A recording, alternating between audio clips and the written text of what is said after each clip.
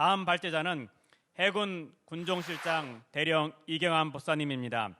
이경환 법사님은 포스트 코로나 시점에서 바라본 군종의 지향점이란 주제로 발표해 주시겠습니다. 여러분 큰 박수로 맞아주시길 바랍니다.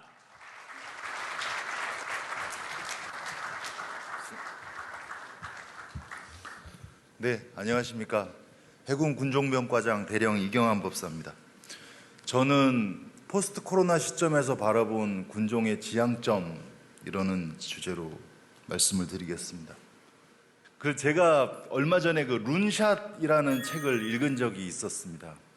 룬샷이라는 것은 기존에 우리가 질과 양의 팽창을 추구하는 프랜차이즈 방식보다는 새로운 패러다임을 추구해야 된다. 그렇게 했을 때 지난 20세기에서 21세기로 변화하는 과정에서 그 급변의 과정에서 살아남을 수 있는 모습들이 보였다 하는 그런 얘기였었습니다.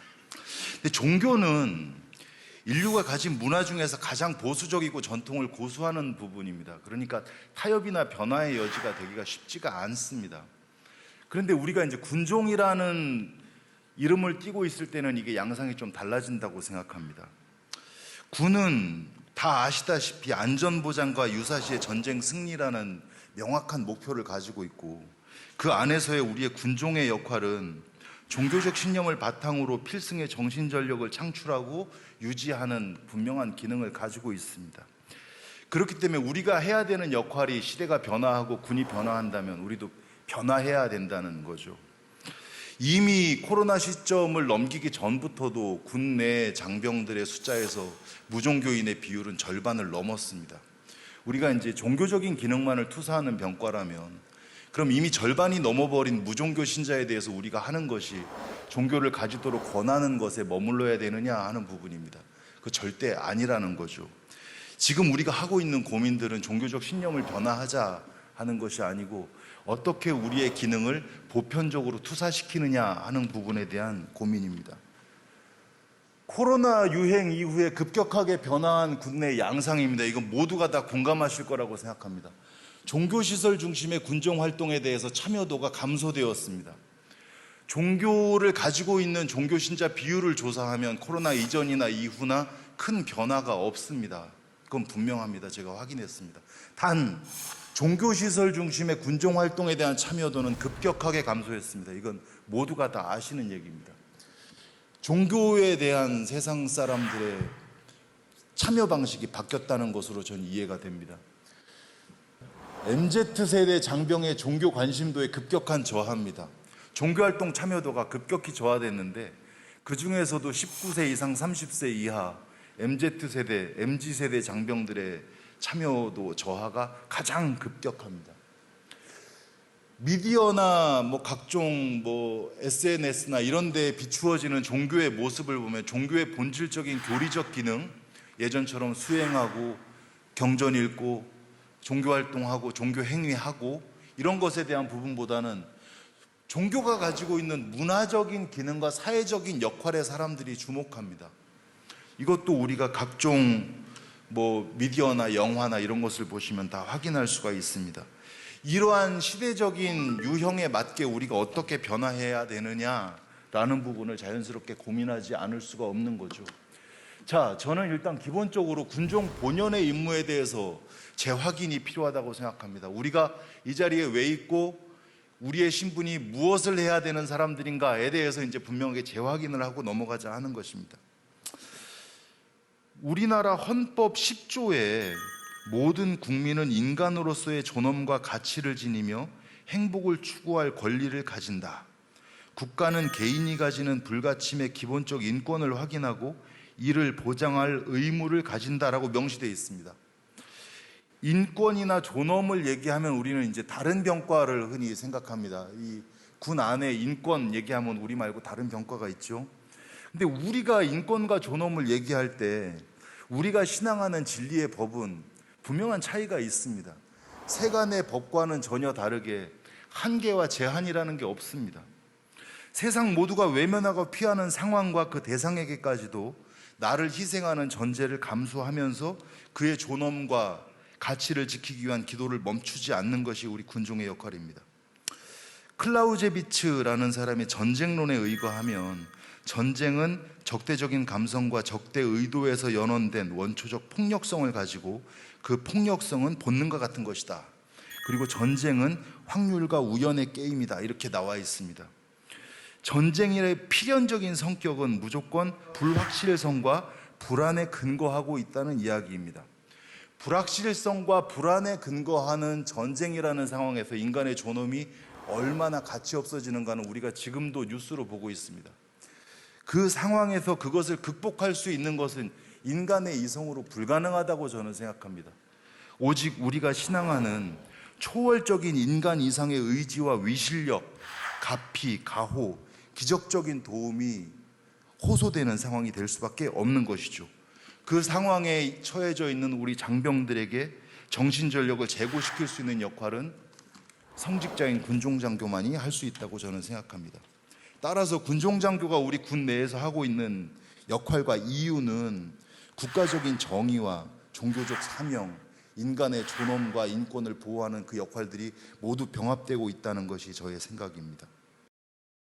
군종은 우리 군 내에서 정의와 윤리의 이종표 역할을 수행해야 됩니다. 그 정의란 무엇인가라는 책을 읽어보신 분은 여러 가지 상황에서 사람들의 판단을 호소하는 여러 가지 문제점이 부여되는 상황을 다 읽어보셨을 겁니다. 인간의 해답은 답이 될 수 없습니다. 인간이 어떻게 사람의 생명에 대해서 무한 책임을 질 수가 있습니까?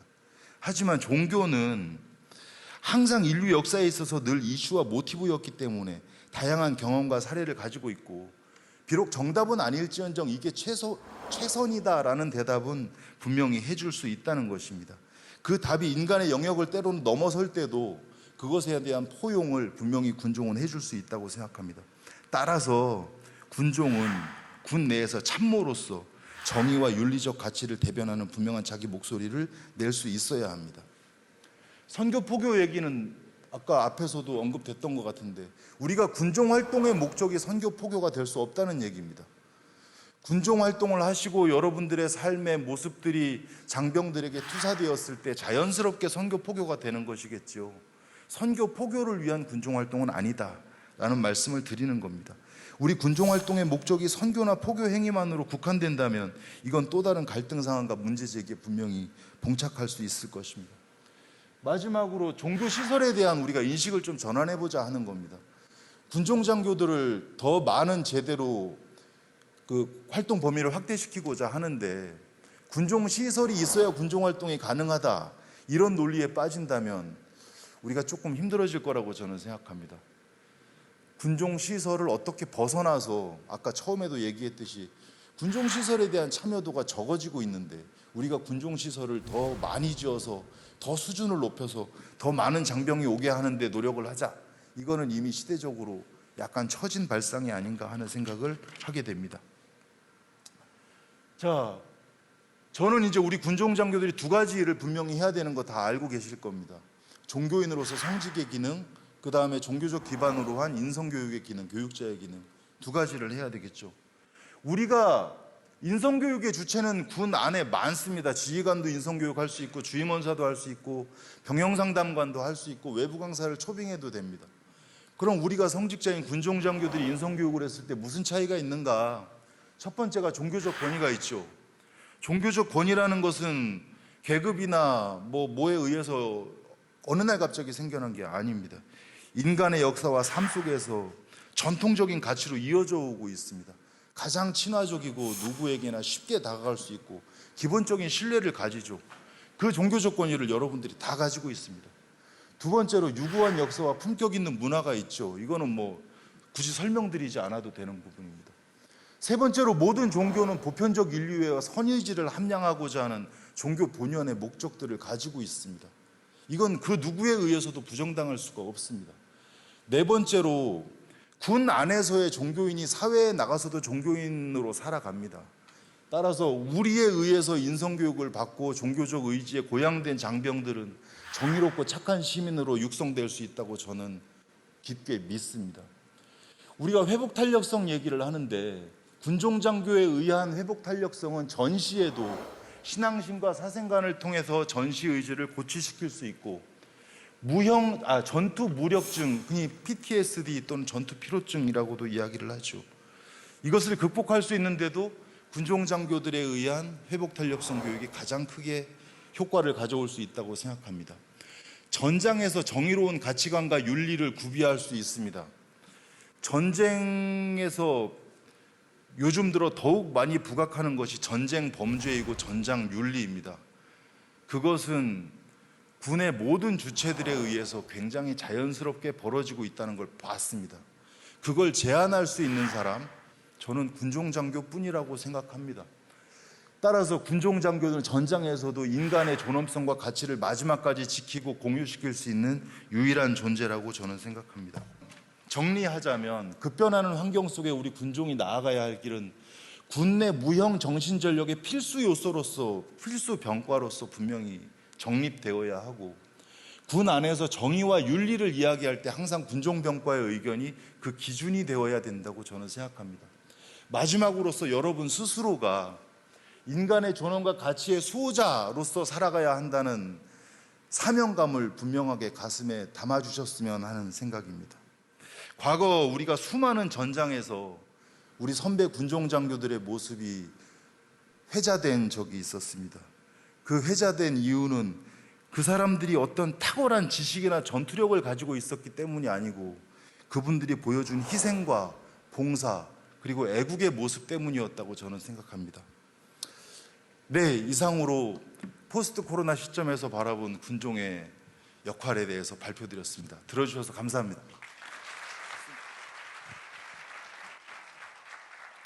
2022년 병과발전 군종정책포럼 세 번째 발제자로 해군 군종실장 이경환 법사님께서 발표해 주셨습니다. 감사드립니다. 이제 마지막 발표 시간을 가져보겠습니다. 마지막 발제자는 육군 지상작전사령부 군종실장 육군대령 형광석 신부님입니다.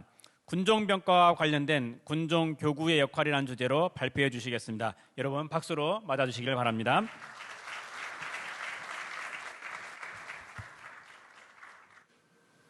안녕하십니까. 군종병과와 관련된 각 종교의 교구와의 역할에 대해 발표할 육군 지상작전사령부 형광석 신부입니다. 앞에 분들이 발표해 주신 내용을 참조하시면서 들어주시면 되겠습니다. 먼저 다소 민감한 사안이 될 수 있음에 대해 양해를 구하며 발표를 할까 합니다. 군종병과와 관련된 각 종교는 어떤 형태로든 대표성을 갖기 위해 조직을 구성하고 있는데 최근에는 교구라는 말로 통일을 하고 있습니다. 이전에는 교구나 연합회 등의 표현으로 되어 있었지만 최근에는 교구라는 말로 통일되어 있습니다. 각 종교는 해당 종교의 성직자를 군대로 파견 혹은 파송합니다. 그리고 해당 종교의 위상 관리와 함께 해당 군종장교를 관리하고 지원하기 위해 군종교구를 설치 혹은 설립하여 지속적으로 관심에 경주하고 있습니다. 지금까지 현역 군종장교만의 힘으로는 가능할 수 없는 많은 사업에 대해 지원하고 후원함으로써 종교의 대표 기구인 군종교구의 역할은 참으로 크다고 볼 수 있습니다. 예를 들면 종교시설 건립과 같은 경우에는 군의 예산으로도 가능하지만 현실적으로 불가능한 경우에는 교구가 없으면 불가능한 일이 될 수 있습니다. 또한 만일 해당 종교의 대표 기구인 교구가 없으면 통제하는 기구가 없이 보통의 기능적인 장교로 남아 있을 수 있는데 교구가 있기 때문에 성직자에 대한 정체성과 신원의식이 늘 유지되고 관리된다는 점에서 교구의 역할은 참으로 크다고 볼 수 있습니다. 하지만 한편으로 순기능만 있는 것이 아니라 현장에서의 임무를 수행하는 사람으로 볼 때 역기능도 있음을 경험하게 됩니다. 각 종교의 교구는 보통 군종병과보다는 해당 종교의 보존과 이익을 옹호하는 것이 우선시되는 모습을 보게 됩니다. 생각해보면 지극히 당연한 것이지만 현장에 있는 일선 군종장교들에게는 혼선이 야기되기도 합니다. 군대를 포교와 전교와 선교의 대상으로 보고 군종장교를 그것을 위한 수단으로 사용하는 모습을 종종 보게 됩니다. 또한 병과원들이 모여서 무엇인가 결정하려 해도 자신의 종교의 교구의 승인과 허락을 구하기 전에는 아무것도 할 수 없는 모습을 보게 됩니다. 이로써 가끔은 교구 정책과 국방 정책과 현역 군종 장교들과의 괴리감이 생기는 경우를 보게 됩니다. 현장에서의 각 종교의 교구가 행하는 역할이 일선에서 일하는 군종 장교들의 상호 협력성에 장애가 되는 모습을 보게 됩니다. 어느 종교라고 특정하지는 않겠지만 현역 군종 장교들의 협의가 가끔 교구에 보고될 때 다르게 해석되어 뒤집어지거나 유야무야되어 버리는 것을 볼 때 현역인 우리는 교구와 현장 사이에서 혼동감을 갖게 됩니다. 반면에 현역 군종 장교들은 예전과 다른 새로운 분위기를 만들어가고 있습니다. 미군의 경우에도 예전에도 지독히 싸웠다고 합니다. 서로 다르다는 이유로, 그리고 자신의 종교의 이익을 위해 전체가 망가지는지도 모르고 싸우다 어느 날 상생과 화합만이 병가의 미래며 병가의 먹거리가 커진다는 사실을 알고 공존을 위해 상생의 길을 걷게 되었다고 합니다.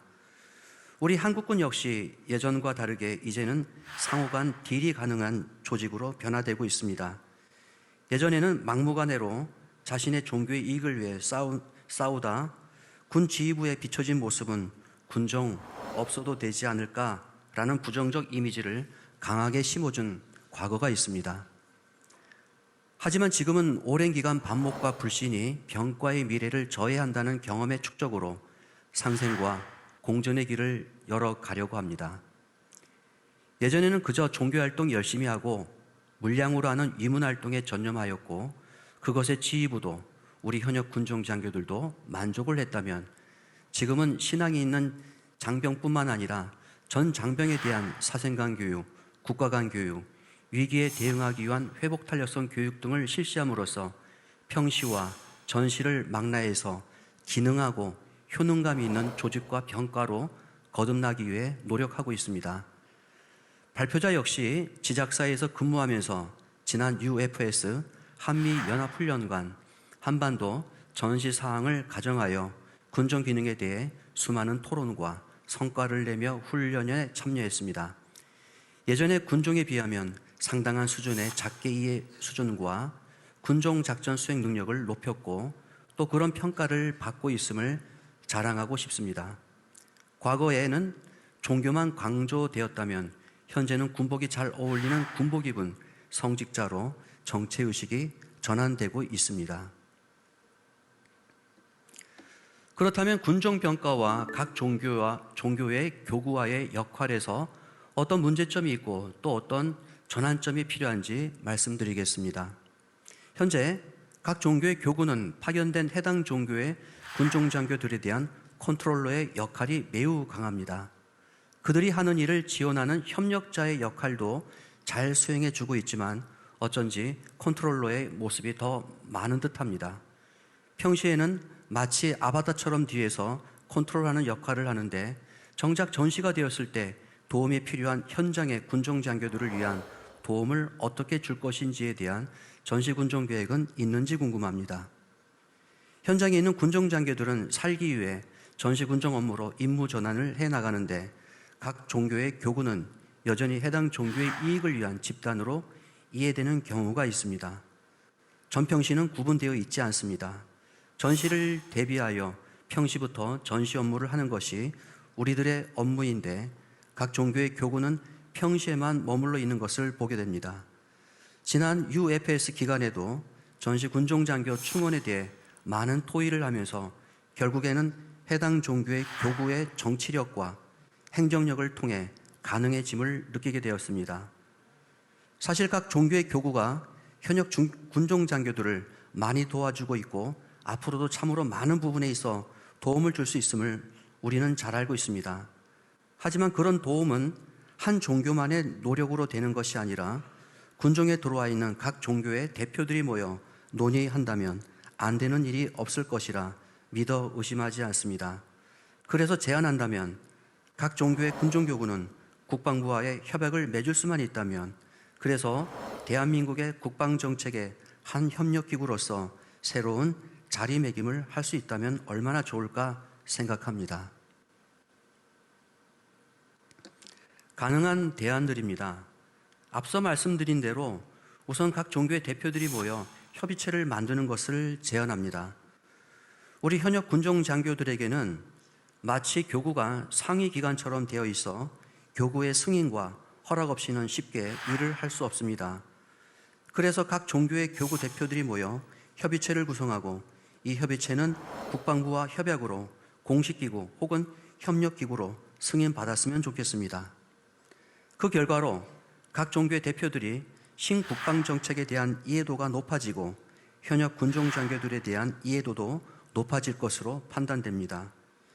이로써 현역 군종장교들의 원활한 군종활동이 가능하게 되겠고 국방의 신앙 전력과 정신 전력의 한 축을 이룰 수 있다고 봅니다.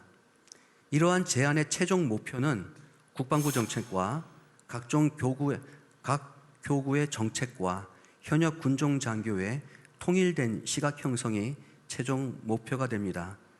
이를 통해 군종병과 미래에 대한 강력한 동력이 생길 것으로 판단합니다. 이것으로 발표를 마칩니다. 다소 각 종교의 입장을 무시하고 군종병과만의 이야기를 한 듯하여 송구한 마음입니다. 넓은 마음으로 이해해 주시기를 부탁드리면서 마치겠습니다. 감사합니다. 네, 마지막으로 현광석 신부님께서 발표해 주셨습니다. 감사드립니다. 이렇게 해서 2022년 병과발전 군종정책 포럼 4분의 발표가 모두 끝났습니다. 이제 발표자 4분과 간단하게 질의응답 시간을 진행해 보겠습니다. 발표 내용에 대해서 문의가 있으신 분은 손을 들어주시면 감사하겠습니다. 육군 7사단 군종참모 김호근 목사입니다.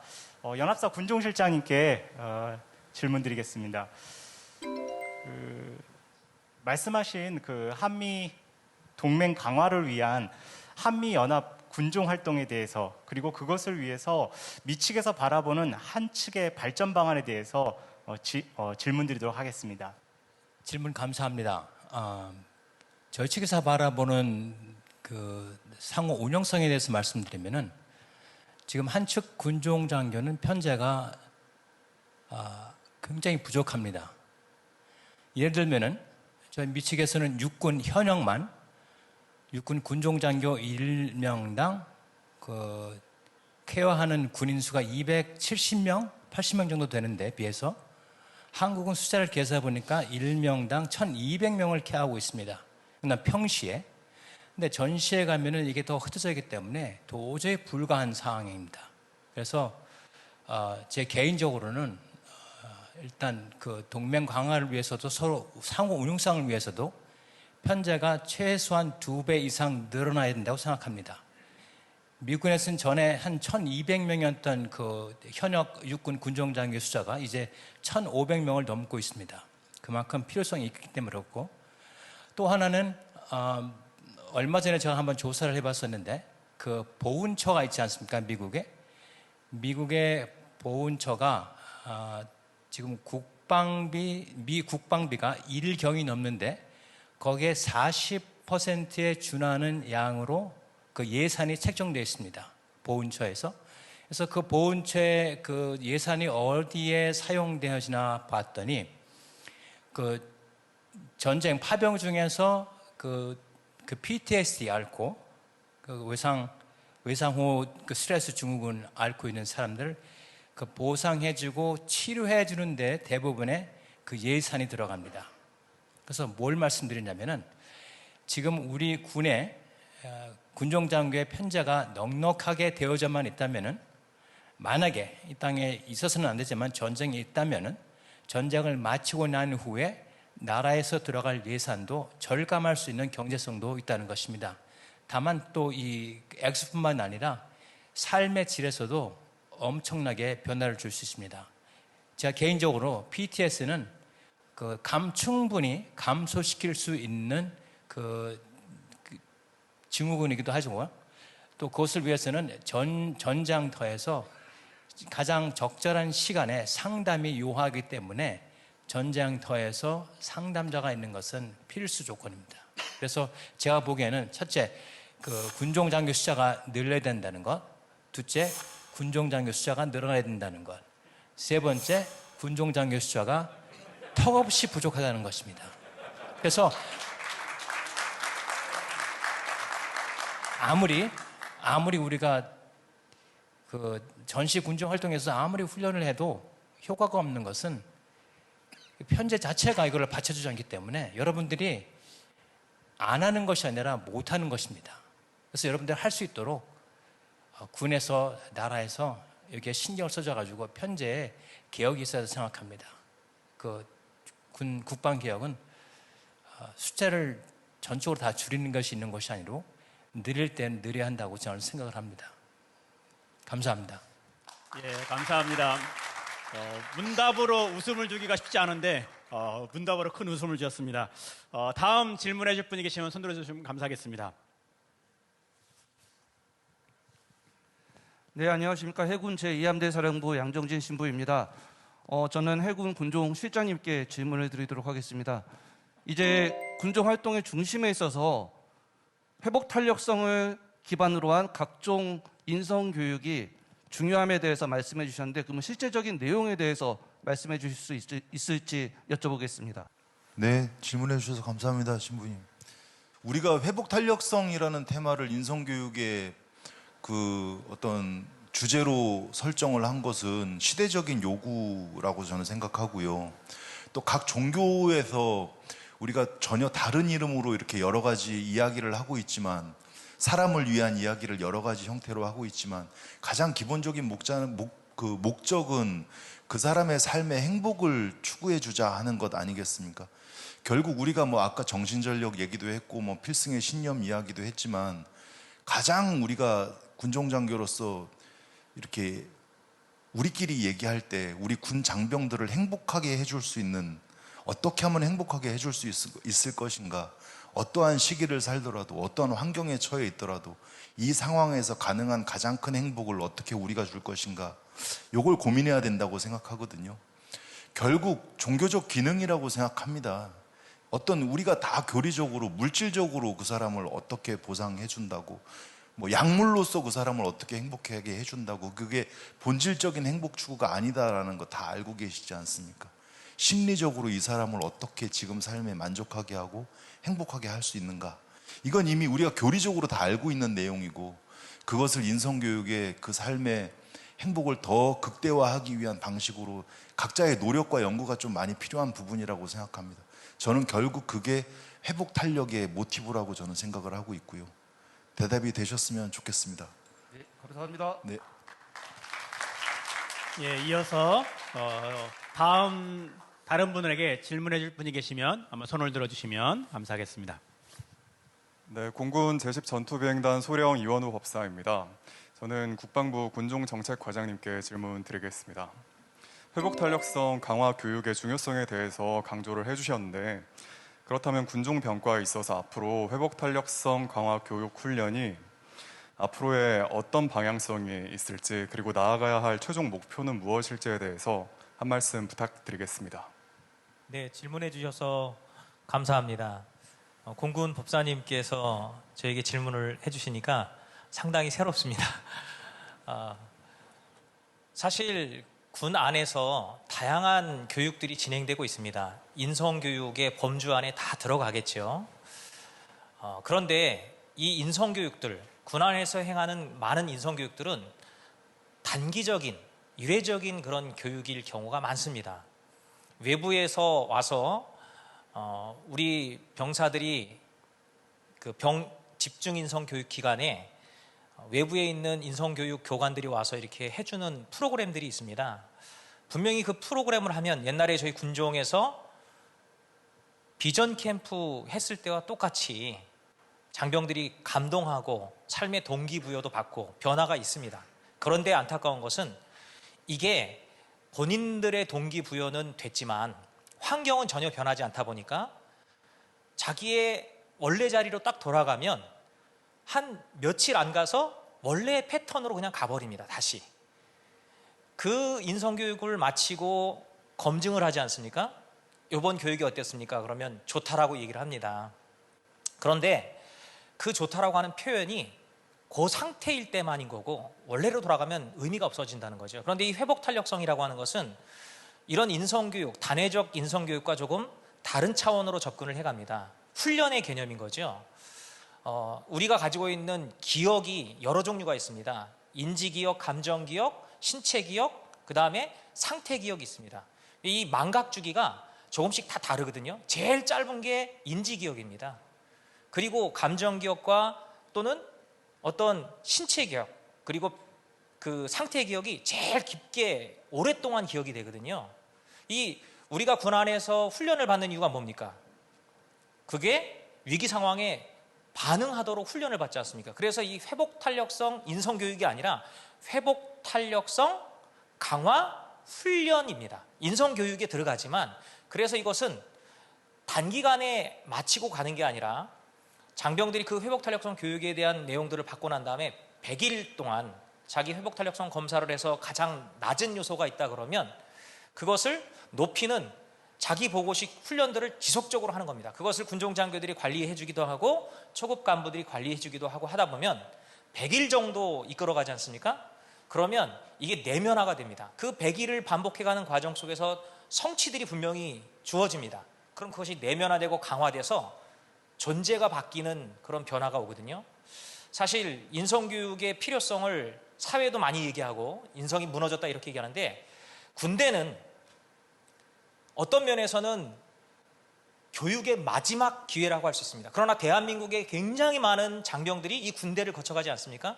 이 군대 안에서 이 회복 탄력성을 제대로 내면화해서 바깥으로 나간다라고 한다면 정말 대한민국 미래가 건강해질 수 있습니다. 지금 군 안에서 자살 예방을 위한 여러 가지 활동들을 하고 있지만요, 게이트키퍼 교육, 자살 예방의 게이트키퍼 교육이 있지만 이것은 단기적인 겁니다. 이 단기적이기도 하고 소극적인 그런 접근 방법이고요. 아예 이 전 장병들을 대상으로 이 회복 탄력성을 높여놓게 되면 자살 예방, 어떤 촉발 요인이 온다 할지라도 그걸 충분히 이겨낼 수 있는 이런 힘이 생기기 때문에 아예 거기까지 가지 않는 거죠. 굉장히 긍정적이고 적극적인 그 방향의 자살 예방 활동이라고 할 수 있습니다. 이 회복 탄력성을 궁극적으로 군에 거쳐가는 모든 장병들이 한다. 그것은 정말 대한민국의 미래를 바꿀 수 있는 소중한 기회가 될 수 있을 거다, 이런 생각을 하고 여기에 우리 군종 장교들이 함께 힘을 모았으면 좋겠다, 이런 마음을 가져봅니다. 고맙습니다. 예, 귀한 질문과 답변 감사드립니다. 혹시 또 질문이 계시면 손을 들어주시면 감사하겠습니다. 해병대 사령부 김바울 목사입니다. 그 지상작전 사령부 우리 군종 실장님께 그 질문 드립니다. 각 종교의 군종 교구가 그 국방부와 협력하게 되면 어떠한 효과를 보일지에 대한 여러 사례들이 더 궁금한데요. 더 답변해 주실 수 있을까요? 질문 감사합니다. 어제 회복 탄력성 교육을 받고 와서 속으로 질문하지 마 하면서 호흡을 하고 있었는데 갑자기 맥박이 올라가면서 스트레스 상이 올라가고 있습니다. 다시 호흡을 조절하도록 하겠습니다. 예, 제 발표했던 내용의 최종 목표는 국방정책과 군종교구의 이해와 현역으로 있는 군종장교들의 역할이 한 선상에 있는 거가 최종 목표입니다. 현장에 있다 보면은 국방부 정책 또 현역 군종장교 교구 이 이해가 서로가 다른 경우들이 있습니다. 근데 이게 또 기천불 원으로도 다르고 육해공 해병대에 또 다 달라갖고 군종 병과가 한 목소리를 내는데 되게 어려움을 많이 겪습니다. 어떤 경우에는 별것도 아닌데 취합이 되거나 통합이 안 돼서 이게 해결되지 않고 미해결된 과제로 병과의 발전에 걸림돌이 되는 경우들을 종종 보게 됩니다. 만약에 우리가요, 부처님하고 예수님하고 힘 합치면 어떻게 될까요? 뭐 이렇게도 농담처럼 얘기를 해볼 수 있는 거죠. 그래서 우리가 가지고 있는 행정력과 이런 파워들을 잘만 관리할 수 있다면은 병과 미래 발전에 많은 도움이 될 수 있는데 서로 다르게 이야기를 하고 있거나 이해관계가 엉켜 있어서 상당히 지금 현역으로 있는 우리들은 문제가 되는 거죠. 서로 모여서 기천불원 모여서 얘기하다 보면은 잠깐만요, 교구에다 좀 물어보고요. 그럼 여기 왜 왔어요? 차라리 교구장님들께 전달해서 이것 좀 해결해 줘요라고 얘기를 해도 될 것 같다라는 그런 생각을 가끔은 해봅니다. 저희 군종장교들은 이게 어떤 의사소통의 효율성, 그래서 이게 미래의 어떤 성장에 도움이 되는 건데, 군종장교들은 국방부하고도 연관되어 있고 각 교구와도 연결되어 있는, 어떻게 보면은 되게 힘든 중간계층처럼 되어 있습니다. 만약에 이런 일치선상에서 일치하는 동일한 시각을 갖고 바라본다면은 도움이 될 수 있는 부분들이 군종과 관련된 시설과 예산과 인원, 여기에 엄청난 노력들이 투입이 된다 그러면은 해결이 될 수 있는 부분들이 되게 많겠죠. 아까 연합사 목사님께서도 말씀해 주셨지만 인원 늘리는 것도 혹시 가능할 수도 있겠다라는 생각을 해보게 되는 거죠. 또 한편으로는 저희들 지난번에 한미연합훈련을 하면서 이 병사로 군복무를 했는데 그 이후에 성직을 취득한 경우 동원됐다. 총 들고 싸워야 돼요. 신분대 총 들고 돌격 앞으로 해야 되는 이런 상황이 생기는 거죠. 근데 이런 것도 법적인 문제로 들어가더라고요. 그럼 육군이 해결한다고 해결될 일도 아니고 같이 육해공 그리고 종단, 종교, 각 교구가 힘을 실어줘야지 이 문제가 해결되는 거죠. 안 그래도 동원 군종 장교가 모자란데 그나마 얻어낼 수 있는 부분이 있음에도 불구하고 우리가 힘을 모으지 못해서 그렇게 생겨나는 문제들이 있죠. 그래서 이런 세부적인 것들도 있습니다. 크게 이야기하면은 예산 문제, 또 시설 문제, 인원 문제, 정원 문제 이런 것들에 대해서 많은 도움을 받을 수 있으리라 생각됩니다. 사례라고 말씀드립니다. 이상입니다. 답변됐습니까? 감사합니다. 예, 질문과 답변에 감사드립니다. 이 자리에 계신 많은 분들이 더 많은 질의응답이 있으시겠지만 시간 관계상 여기서 마무리하도록 하겠습니다. 이 외에 문의 및 제안이 있으시면 국방부 군종정책과로 연락을 주시면 군종정책 발전에 반영될 수 있도록 노력하겠습니다. 오늘 발표해 주신 네 분께 진심으로 감사드립니다. 여러분 큰 박수로 감사 인사 주시면 감사하겠습니다.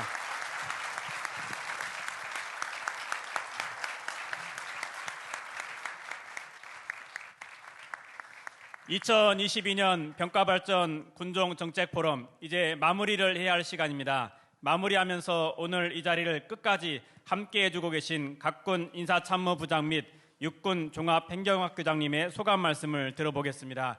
각군 인사참모부장 및 육군 종합행정학교장님께서는 앉은 자리에서 일어나셔서 말씀해 주시면 감사하겠습니다. 먼저 해군 인사참모부장 김성학 소장님의 소감 말씀 들어보겠습니다. 네, 해군 인사참모부장 김성학 소장입니다. 저는 군종의 나름대로 전투병과장이어서 관심은 많이 갖고 있는 사람인데 오늘 와서 많은 이야기를 들어보니까 우리 군종 장교분들의 역할과 또 전평시 해야 될 임무에 대해서 우리가 많이 고민하고 더욱 발전시켜야 되겠다 이런 생각을 더 하게 되는 계기가 됐습니다. 앞으로 해군 군종 정책 또 발전에 최선을 다하도록 하겠습니다. 감사합니다. 예, 감사합니다. 다음은 공군 인사참모부장 김영채 소장님의 소감 말씀 들어보겠습니다. 예, 공군 인참부장입니다. 사실 저는 오늘 그 색다른 경험을 이렇게 한 것 같습니다. 사실 제가 이제 그 종교가 없거든요. 근데 그래서 그런 측면에서 제가 오늘 여기 와서 이렇게 이런 좋은 말씀들 들어보고 또 이런 종교에 대한 이 기능이라든지 이런 부분에 다시 한번 생각해 본 그런 좋은 계기가 된 것 같고요. 저는 그 한 가지 이제 말씀을 드리고 싶은 게 있다면 그런 생각을 해봤습니다. 지금 예전에 우리 그 군인들이 싸우는 방법이 예전에 비해서 많이 바뀌었다고 생각합니다. 무기도 바뀌었고 전술이라든지 전략 이런 부분도 많이 바뀌었다는 그런 생각이 들고 사회도 많이 바뀌고 하여튼 그런 생각이 드는데 아까 발표를 해주신 우리 그 해군 군종실장님께서 이제 얘기한 그게 참 공감이 가는 게 이런 군종과 관련해서 이 종교가 이제 앞으로 이런 변화된 환경에서 어떠한 역할을 해야 되는 부분인가, 그런 부분에 대해서도 좀 많은 고민도 있어야 되겠다. 특히 아까도 말씀하셨지만 이런 코로나 상황이라든지 기타 이렇게 다른 여러 사회 변화 관련해서 그런 부분들에 대해서 우리 종교계에서도 그런 부분들을 좀 고려해서 좀 변화해야 되는 그런 모습이 있어야 되지 않겠나, 그런 생각을 한번 해봤습니다. 아무튼 준비하시느라고 수고 많으셨고요. 다시 한번 감사드립니다. 예, 귀한 말씀 감사합니다. 다음으로 육군 종합행정학교장 전계천 준장님의 소감 말씀 들어보겠습니다. 예, 반갑습니다. 저는 개인적으로 저는 신자이기 때문에 또 한 종교를 갖고 있는데 굉장히 그 나름대로 어떤 그 군종에 대한 아심이랄까, 내지는 뭐 어떤 이랬으면 좋겠다 하는 그런 생각들을 많이 갖고 있었는데 오늘 이 자리에 와서 그 궁금증이 다 해결되는 것 같습니다. 저도 그런 문제의식을 가졌는데 오늘 네 분 발표하시는 분들이 제가 느꼈던 그런 궁금증을 다 해소해 주시는 것 같아서 앞으로 굉장히 그 발전이 많이 되고 우리 장병들과 우리 각 군이 굉장히 풍성하게 발전되리라고 생각이 됩니다. 그럼에도 불구하고 제가 좀 하고 싶은 얘기는 지금 여러분들 아까 저 계획에서도 나왔다시피 요즘에 그 용사들 그 종교 시설에 대한 참여가 굉장히 적습니다. 전반적인 또 추세인 것 같은데, 그래서 우리가 그것을 이렇게 탓할 것이 아니라 그 현상을 받아들이고 우리 이 용사들하고 젊은 장교들 저 포함해서 이 종교시설에서 종교가 멀어지고 있는데 그들을 끌어들일 수 있는 그 유인 요소를 우리가 다 같이 고민해보고 해주셔야 될 것 같다, 그런 생각합니다. 그리고 아까 또 발표에서 말씀하셨다시피 그 어떤 윤리나 도덕이나 법적인 것은 뭐 정훈장교, 법무장교가 다 할 수 있습니다. 하지만 여러분들은 신앙을 가신 분들이거든요. 사생관 교육이 저는 가장 중요하다고 생각하고요. 왜? 저희는 군인이거든요. 군복을 입었으면은 죽을 것을 각오하고 군복을 입었습니다. 언제 어떻게 죽을지 모르지만 우리는 죽을 거를 각오했기 때문에 내가 어떻게 죽어야 될 것인지, 내가 죽는 것도 중요하지만 전시가 되면은 상대방을 죽여야 됩니다.